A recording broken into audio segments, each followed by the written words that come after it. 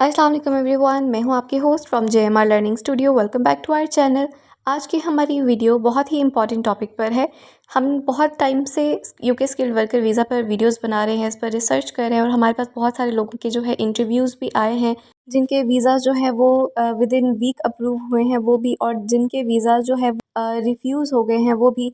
तो इन दोनों टॉपिक्स पर हमने बहुत ही गौर किया कि अगर किसी का वीज़ा रिफ्यूज़ हुआ है तो उसका क्या रीज़न आया है, क्या प्रॉब्लम आई है। जिसका visa within week approve हुआ है, विद इन मंथ अप्रूव हुआ है, तो उनके पास क्या उन्होंने ऐसी जो है वो स्ट्रैटेजी यूज़ की, किस तरह से उन्होंने अपनी एप्लीकेशन को प्रोसेस किया कि उनका जो है वो स्ट्रेट फॉरवर्ड वीज़ा बिल्कुल जो है वो अप्रूव हो गया, कोई मसला नहीं आया, कोई परेशानी नहीं हुई। फिर हमने इन दोनों चीज़ों पर रिसर्च की।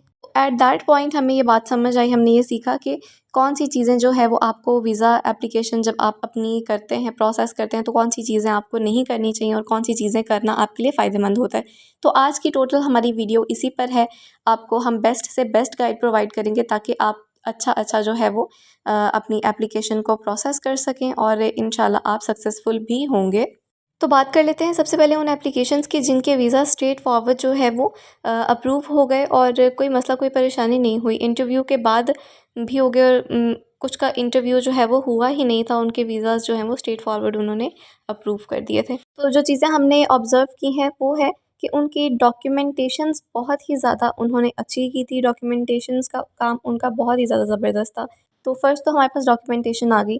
अगर आपके पास एक्सपीरियंस सर्टिफिकेट हैं तो उनके एक्सपीरियंस सर्टिफिकेट बाकायदा लेटर हेड पर थे। उधर ईमेल थी लेटर हेड पर, ईमेल, लोगो ऑफ़िस का, और इसके साथ-साथ फ़ोन नंबर मेंशन था, कंप्लीट एड्रेस मेंशन था।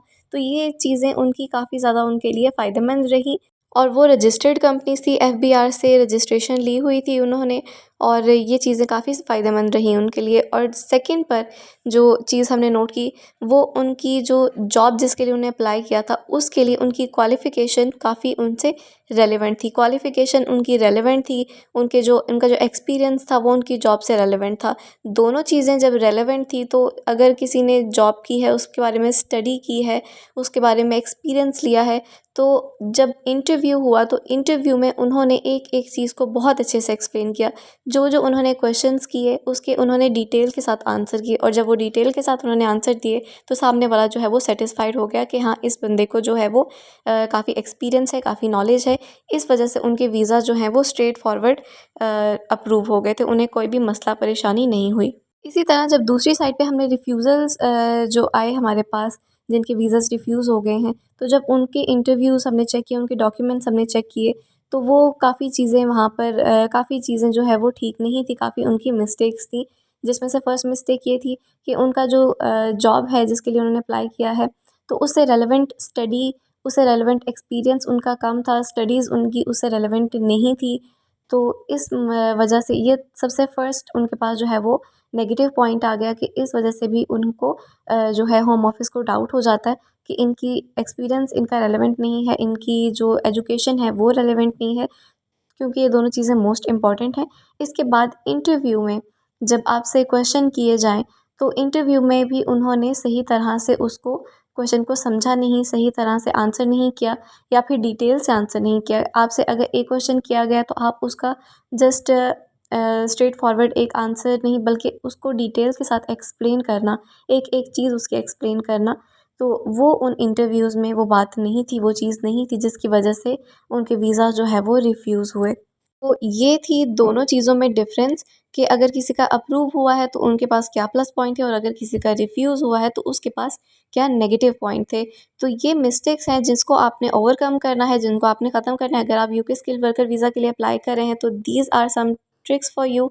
इन चीज़ों को मद्देनज़र रखते हुए आप अपना एप्लीकेशन प्रोसेस काफ़ी अच्छे तरीके से कर सकते हैं। I hope you like our video. अगर आपका कोई क्वेश्चन है please let us know in the comment section. आपने हमें बहुत सारे कमेंट्स किए हैं कि इस चीज़ पर वीडियो बनाएं, इस इंटरव्यू पर वीडियो बनाएं, और वो सारे जो है वो क्यू में हैं। हम डेफ़िनेटली उन पर वर्क कर रहे हैं और आपकी नीड के अकॉर्डिंग ज़रूर हमारी वीडियो जो है वो अपलोड होंगी। एक वीडियो में हमें 2 से 3 दिन लगते हैं, तो इसलिए वो थोड़ा प्रोसेस जो है वो स्लो चल रहा है, बट डेफ़िनेटली हम इसको ओवरकम करेंगे। एंड प्लीज़ तब तक के लिए हमारे चैनल को ज़रूर सब्सक्राइब करें और don't forget to press the bell icon, क्योंकि जब भी हमारी कोई नई वीडियो आएगी तो आपको पता चल जाएगा for with the help of bell icon. मिलते हैं अपनी नेक्स्ट वीडियो में। अपना ख्याल रखें। Don't forget to press the bell icon, don't forget to subscribe to our channel and give this video a big thumbs up. Take care. अल्लाह हाफिज़।